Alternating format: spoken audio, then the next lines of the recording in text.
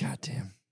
That channel is still my favorite. It's my go-to. That's my whole YouTube channel. algorithms. It's one of my favorites. I watched one on a white CRIP. I'm almost done it.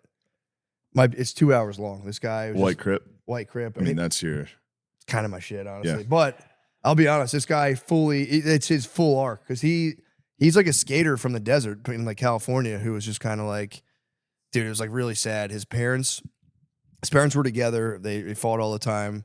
They separated. Dad got a girlfriend. Mom didn't like it at all. Moved in a motherfucking PDF into the house. So it was 2 boys and a girl. And the PDF kept walking around naked. The fucking PDF boyfriend was walking around naked, doing that shit. Apparently, too, if guys walk around in their underwear in front of you, that's a cruise. So there's guys that hit their underwear, and that is a cruise, by the way. That's a sign of a predator lurking. This house is a cruise. This is cruising USA, dude. This is Austin's. My old boss, when I worked for a pool company, used to cruise me. He would be like, "Do you want to smoke weed at my apartment?" My dad would hit me with a cruise missile. My dad hit me with cruise missiles constantly. The skivvies too, the fucking tighty-whitey cruise missiles. Just that tiny dick and nuts sitting in a pair of tighty-whities. You go, Jesus Christ. I forgot he fucking cruised me at the beach trip. He ass naked cruised me. He's fucking lurking, dude. He was chumming the waters. But all these dudes, so like they moved into PDF, and he was like, the PDF kept walking around naked doing weird shit, and they were like, go to their mom, like they were only like 13, 14, like, bro, this guy's a fucking weirdo, and like, wow, whatever. And then he would try to get into their sister's room at night. So the 2 brothers would fucking sleep. Horrifying. Dude, they would sleep in their Somebody little sister's room. Open your door quietly at night. The fucking weird ass PDF. But so they started sleeping in their sister's room with baseball bats in case the PDF came in. It was kind of honorable. But then it was just like, they got older. It was too overwhelming. So he ran away from home and was like sleeping in an abandoned car in like a fucked up neighborhood. And then he just so happened to start chilling with these dudes who were Crips. And then it just went, he had this whole thing where he got sentenced to life because he like did a stick up. He didn't kill anyone. He just did a stick up. And it was during the Super Predator era. And they were like, White Crip, yeah, you're going to jail for life, dude. We don't like this shit at all. Yeah. Nobody was rooting for him. They're all like, get him the fuck out of here. He ended up doing like 20 years for just a simple armed robbery. So they robbed an elderly bingo hall. So it was kind of mean. Just ran up on Lock him up. Lock him up. Give him 20, dude. I don't give a fuck. They gave him life. And then he got out. Like he did 20 years and he finally got out. He left the Crips and he became just like an artist and he got really good at drawing for 20 years in jail. So it was a chill story. He was like, I just feel so fucking ashamed, dude. He was basically like, he went to jail at, I think 17. I tried it as an adult. Oof. And it took him like 5 years to truly. Don't lock him up that long. Yeah, it was fucked up. 17. He had to come to grips with how deep his LARP went. And he was like, I was so humiliated by it. He was like almost died fighting the wood pile and shit. He was like, he would go out into a yard and be like, I'm a Crip fool. And they would just try to like attack him with razors. He's like, yeah, my set's got my back. So there was so many prison riots over him because he kept being like, I'm a motherfucking Crip. And then he's like, dude, he was going to unite the fucking people. No way. They had to kill him. He would walk out in the yard and just stare at the woods and just be like, what you looking at, bitch? And they would be like, what, motherfucker? And they were just all spaz. And he was like, I got so many wood pile. That's what they're called. I know.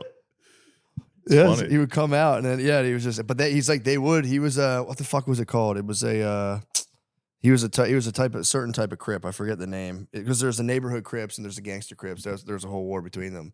But he was a neighbor. I think it was like Taylor Street or something. But it was so funny. He would just go up like Taylor Street Crip up, and they would just be like fucking Nazis would attack him. He robbed a bunch of old ladies at a bingo hall. Yeah. Jesus Christ. Yeah, and it was really funny. And then eventually they were like, dude, you're gonna get so many people hurt because these guys will keep fighting these guys because they have to because you're here. And he was just like, I had to give it up. It's the hardest thing I ever did. Then as soon as he got away from it, he was just like, what the fuck? Why the fuck was I a Crip? Why was I doing that? Like he said it all just hit him. He's like, I have life in jail because I was LARPing. It was sick.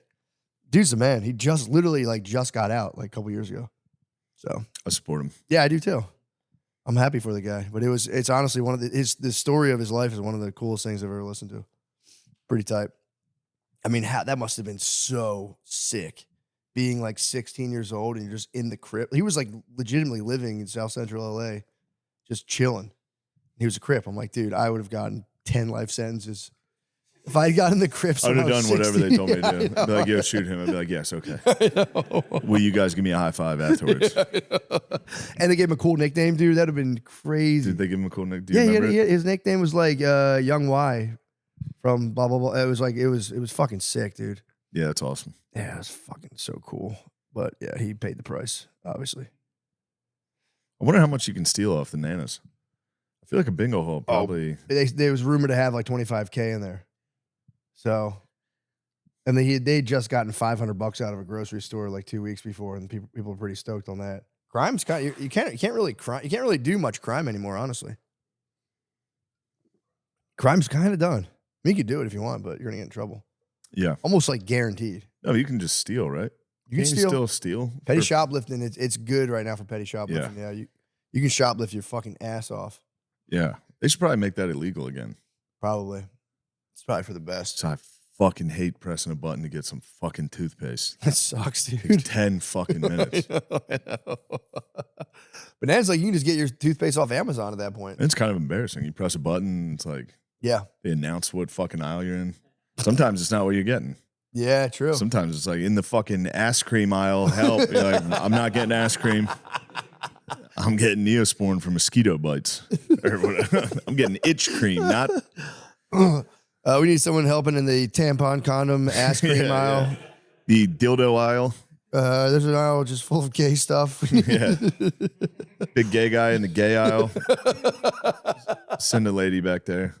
Make her walk half a mile an hour. Send the oldest Hispanic lady in the Give her building. 800 keys.